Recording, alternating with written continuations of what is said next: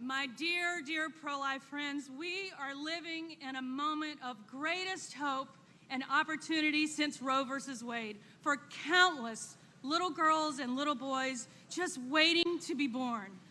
It's a pivotal moment for the pro-life movement and this great nation.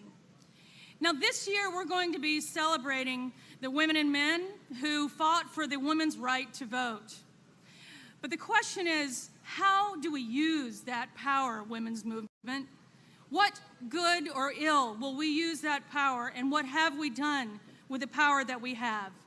We mourn 47 years of abortion on demand under Roe versus Wade. Over 60 million little girls and boys intended for this world with a purpose, untold suffering of their mothers, families, and communities. That is not how it works, women's movement.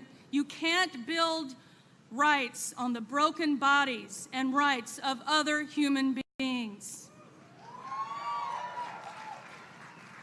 Since 1992, my organization has proudly borne the name of Susan B. Anthony.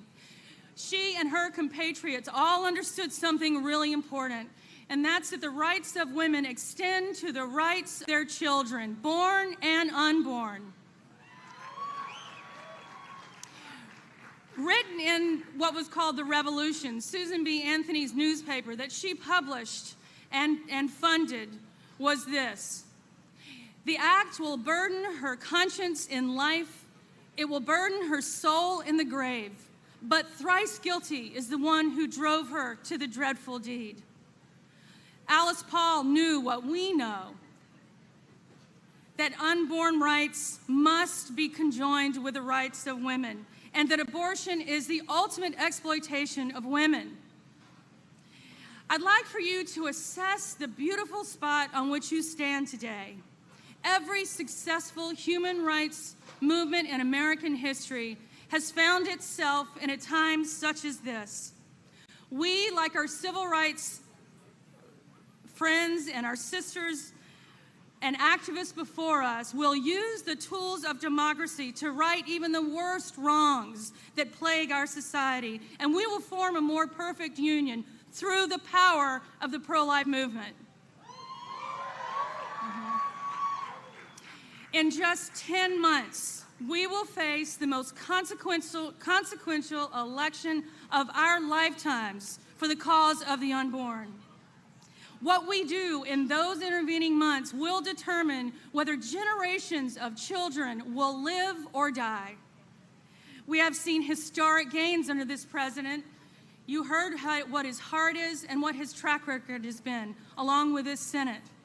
But now is the time to go for the win.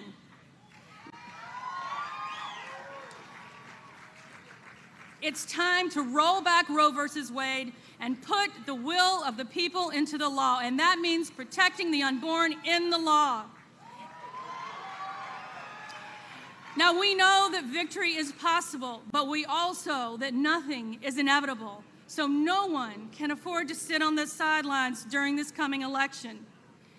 People are asking, why is it that the pro-abortion Women's March is shrinking as the power and the optimism and the youth of the March for Life grows?